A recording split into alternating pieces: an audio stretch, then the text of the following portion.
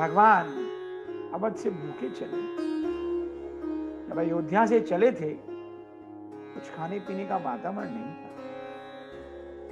आज शबरी जी के पास आकर भगवान की तृप्ति हुई। शबरी देखी राम ग्रह आए। क्या शब्द लिखे हैं तुलसीदास जी ने।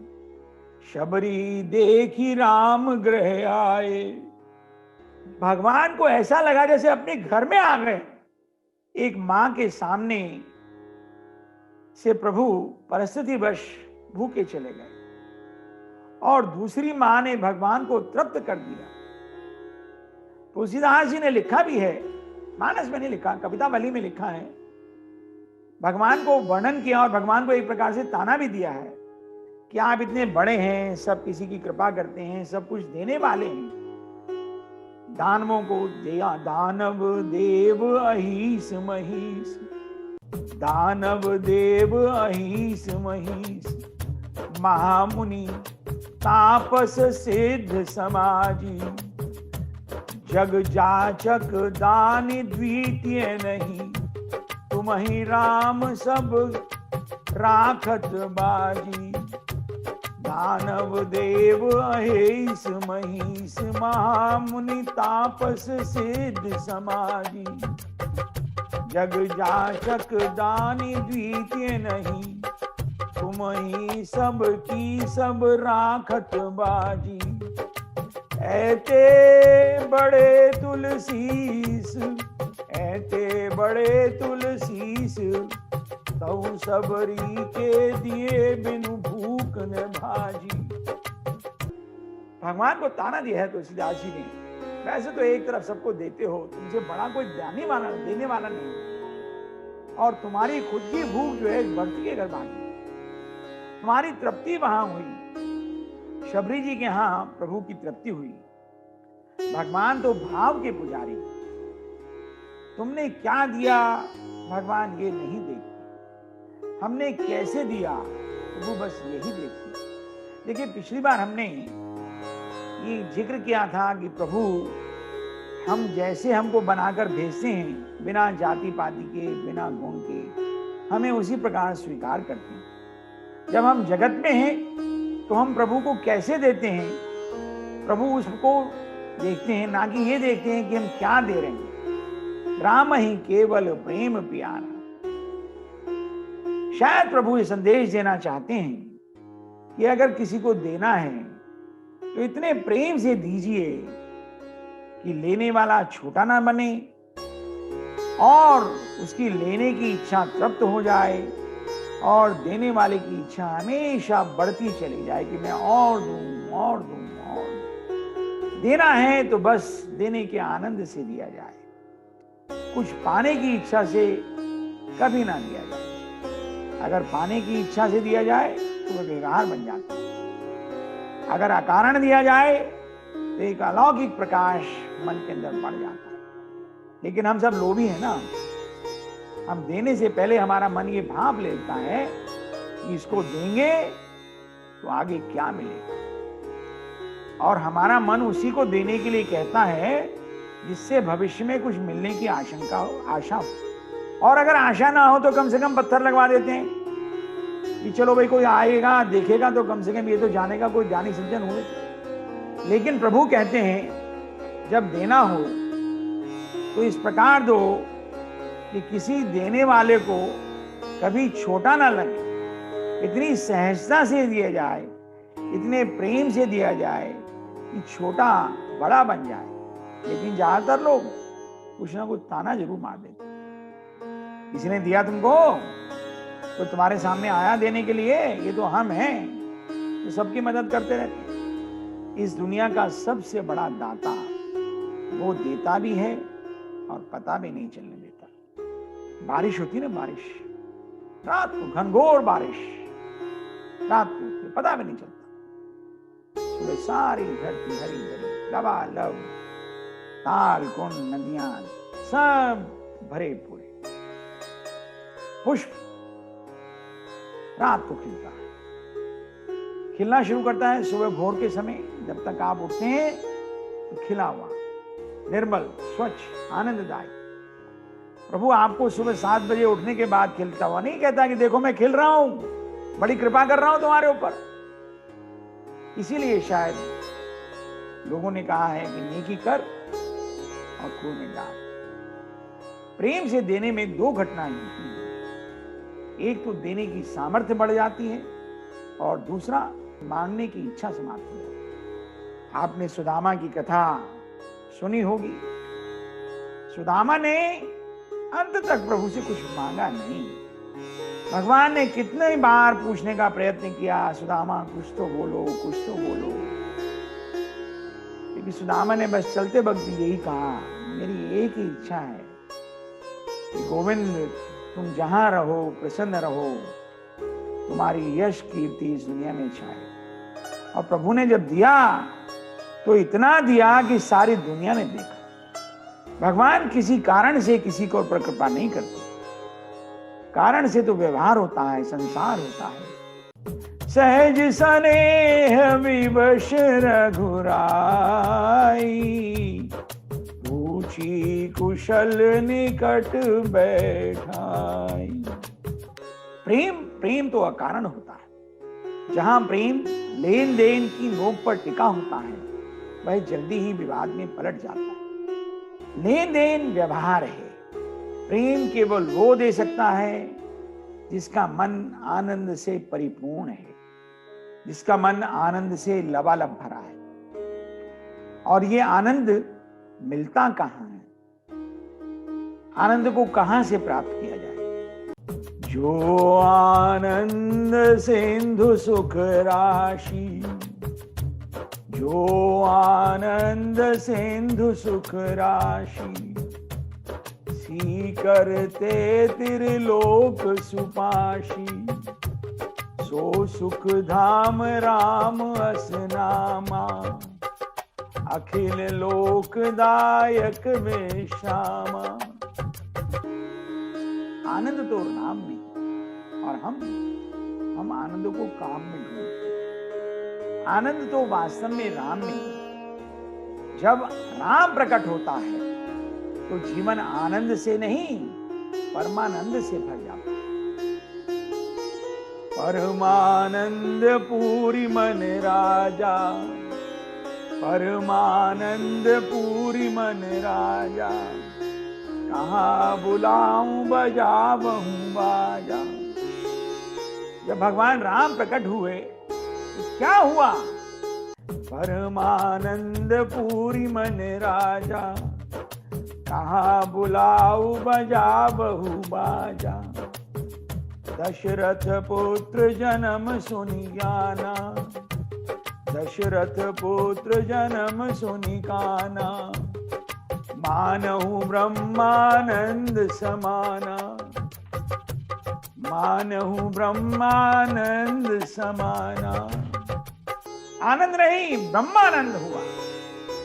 वास्तव में हम आनंद को गलत जगह ढूंढते हैं। हम सोने को वहां खोदने का प्रयास कर रहे हैं जहां सोना नहीं है। शबरी प्रभु के चरण धो रही हैं, आनंद में मग्न है, रोती जा रही हैं आनंद में, भाव के आंसू। प्रभु ने पूछा, अरे शबरी, आज तो नाचने का समय है, रो क्यों रही हो? शबरी कहने लगी, प्रभु एक रोना आ रहा है। प्रभु बोले, क्या? यही विधि स्तुति करहूं तुम्हारी, यही विधि स्तुति करहूं तुम्हारी। अधम जाति में जड़मती भारी, अधम जाति में जड़मती भारी। अधम ते अधम अधम अति नारी, दिन में मति मंद अघारी। दिन मति मंद अघारी। शबरी जी रोने लगी। भक्ति दैन्यता है, या यूं कहिए कि दैन्यता ही भक्ति है। भगवान आंगन में बैठे हैं और शबरी रो रही है। मैं आपकी पूजा अर्चना करूं कैसे? मुझे तो करने नहीं आती, मुझे ज्ञान नहीं है, मुझे कोई विधि नहीं आती प्रभु। और हम अपने को देखें, आते उठकर थोड़ी सुबह पूजा कर ली, मंदिर हो आए, थोड़ी माला जप ली, अपनी ऐंठ देखिए, अपना अहंकार देखिए। जो व्यक्ति मंदिर से पूजा करके निपटता है, बाहर लौटता है, वो और लोगों को इस प्रकार देखता है कि ये सब जो है बहुत अहंकारी हैं, बड़े अज्ञानी हैं, ये सब पूजा नहीं करते। और जो सो रहा होता है उसको तो वो व्यक्ति ऐसे देखता है जैसे खाने को दौड़ पड़ेगा, ये पूजा नहीं करता। वो व्यक्ति अहंकार में कहीं जाएगा, खड़ा रहेगा, बैठेगा नहीं। उसको 6 बार कहिए बैठ जाइए, नहीं, खड़ा रहेगा। उसको ऊंचा आसन चाहिए। और यहां भगवान बैठे हैं, शबरी जी के चरणों में बैठे हैं, और शबरी जी की दैन्यता देखिए। यही विधि स्तुति करऊं तुम्हारी, अधम जाति में जड़मति भान। ये दैन्य भाव, भक्ति का प्रादुर्भाव मनुष्य की दैन्यता है। भक्ति में जो जीतने चलेगा वो हार जाएगा, और जो हारने चलेगा वो जीत जाएगा। खुद को हारने का नाम है भक्ति। बड़ा एक सुंदर प्रकरण है। मेरे से मिलने मेरे एक पेशेंट हैं, वो आते हैं, भक्ति भाव में लीन रहते हैं। उनके कई बड़े चेले चपाटे शिष्य भी हैं। तो एक दिन मैं उनसे पूछ बैठा कि आपके इतने शिष्य हैं, आप इतने ज्ञानी हैं, आप इतने शक्तिशाली हैं, आपका परमात्मा से इतना सानिध्य है, आप प्रभु से कुछ मांगते क्यों नहीं? बड़ा सुंदर उत्तर दिया उन्होंने कहा, देखिए भक्ति जो है, प्रभु से कुछ मांगने की शक्ति का नाम भक्ति नहीं है। ये तो कुछ गलाने की चीज है। ये जो जितने भी शिष्य हमारे पास आते हैं, जो कुछ लेने के भाव से आते हैं, ये सब कच्चे हैं। और जो उनको ये समझना चाहिए कि अगर हमारे में कुछ लेने की, कुछ पैदा करने की, संसार में से कुछ उठाने की क्षमता होती तो हम अब तक उठा ना लेते, हम अब तक प्रभु से मांग ना लेते। अरे भक्ति तो स्वयं को गलाने का नाम है, तपस्या का नाम है। भक्ति की तपस्या गलाती है, ज्ञान का तप जलाता है। भक्ति स्त्रीलिंग है और ज्ञान पुल्लिंग है। पुरुषत्व का अभाव है ज्ञान के अंदर, पुरुषत्व का अहंकार आता है ज्ञान में। ऐसा नहीं है कि पुरुष लोग भक्ति नहीं कर सकते, पर पुरुष को अपने आप को तप से अलग रखना होगा। भक्ति में सहचरी भाव है, मंजरी भाव है, मैत्री भाव है। जो पुरुष होंगे, जो भक्त होंगे, वो स्त्रीण स्वभाव के होंगे, ज्ञानी पुरुषेण स्वभाव के होंगे। मैं कोई ज्ञानी लोगों की किसी प्रकार से निंदा नहीं करना चाहता हूं। जैसे मैंने पहले भी कई बार कहा है, ज्ञान मार्ग भी प्रभु तक पहुंचने का एक मार्ग है। थोड़ा कटीला मार्ग है, थोड़ा कष्टदायक मार्ग है, कठिन मार्ग है। मेरे जैसे व्यक्ति के लिए भक्ति का मार्ग सुगम एवं सरल है। भक्त जो है कोमल भाव से ठाकुर की प्रतीक्षा करता है। भक्त रोता है, एकांत में प्रतीक्षा करता है। आ लौट के आजा हे गोविंद, आ लौट के आजा मेरे मित्र, तुझे मेरे गीत बुलाते हैं। भक्ति की पुलक बड़ी दर्दीली होती है। भक्ति भगवान को पिघलाने की क्षमता रखती है। ये बात मैं नहीं कह रहा हूं, ये बात भगवान ने स्वयं लक्ष्मण जी को कही है। जाते बेगी द्रवों में भाई, जिस चीज से मैं जल्दी द्रवित हो जाता हूं, जाते बेगी द्रवों में भाई, सोमम भगति भगत सुखदाई, भगति तात अनुपम सुख मूला। लेकिन भक्ति मिले कैसे? मिला ही जो संत होई अनुकूला, मिला ही जो संत होई अनुकूला। और संत कैसे मिले? पुण्य पुंज बिनु मिलई न संता, पुण्य पुंज बिनु मिलई न संता। जब पुण्यों का पुंज, पुण्यों का प्रकाश प्रकट होता है तो संतों से मिलन होता है। पुण्य पुंज बिनु मिलई न संता, सतसंगति संस्कृति कर अंता। एक बार संत मिल जाते हैं तो जितने भी संकट हैं सब समाप्त हो जाते हैं। मैंने अभी कहा, भक्त भगवान को नहीं खोजता, भगवान भक्त को खोजता हुआ आता है। जितनी बार भी भक्ति का भक्त से मिलन हुआ, प्रभु का भक्तों से मिलन हुआ, भक्त आए, भक्त नहीं आए, प्रभु आए। शबरी जी को खोजने प्रभु स्वयं गए, केवट के पास प्रभु स्वयं गए। हाँ, इतना अवश्य है कि जब भगवान हमें खोजने आए तो हमारा द्वार खुला। द्वार कैसे खुला हो? हम ये जो भजन करते हैं, पूजा करते हैं, महामृत्युंजय के जाप करते हैं, माला जपते हैं, कीर्तन करते हैं, रामायण पढ़ते हैं, गीता का पठन पाठन करते हैं, ये सब जो है खुले द्वार के संकेत हैं। प्रभु को जब भी आए प्रभु, तो प्रभु को ये लगे ये मेरा जपन कर रहा है, पठन कर रहा है, पाठन कर रहा है, मेरी प्रतीक्षा कर रहा है, ये मेरा स्वागत करेगा। भक्त के पास पहुंचने की जल्दी भगवान को ज्यादा रहती है। बेगियान जल पाऊं पखारू, होत विलंब उतारहूं पारू। जब केवट के पास भगवान पहुंचे हैं तो भगवान क्या बोले? अरे भाई जल्दी लाओ, जल्दी से आप जो है पानी लाइए, पांव का बखारन कीजिए और मुझे गंगा से पार उतारिए। इसी प्रकार जब भक्त भगवान भरत जी जो है भगवान से मिलने पहुंचे हैं तो भगवान की क्या दशा हुई?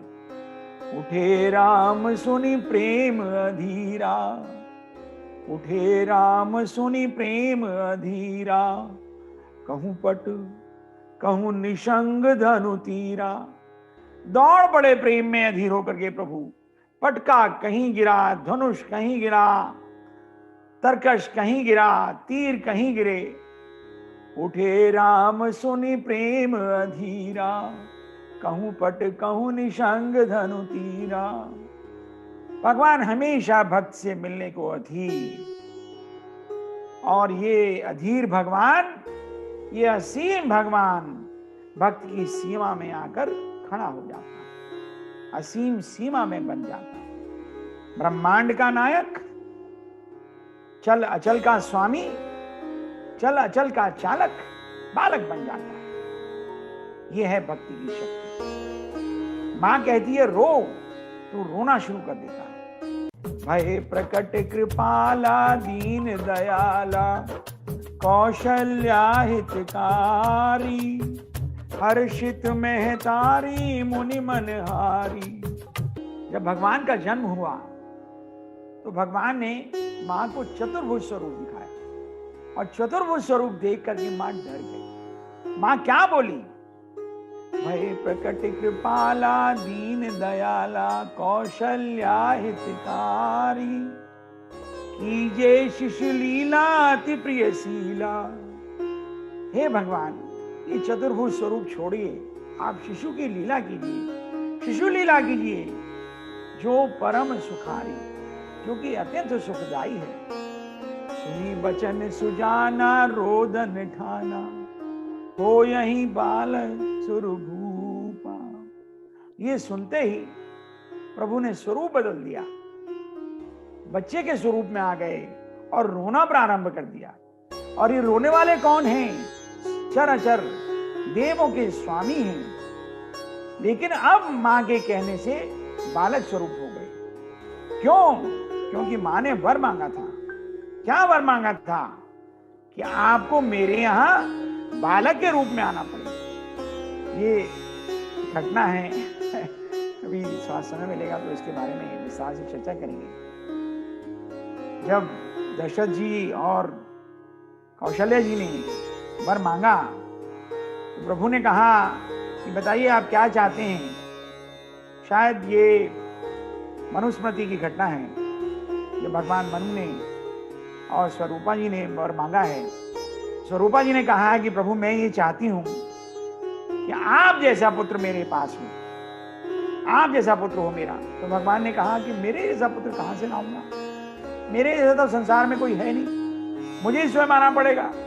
तो वही भक्त वत्सल प्रभु राम आज इस जन्म में कौशल्या और दशरथ के यहाँ आए हैं। भक्ति में शक्ति है कि भगवान को रुला सकती है, रस्सी से बांध सकती है, रोने को बोल सकती है, पिटाई कर सकती है और सीधा कर सकती है।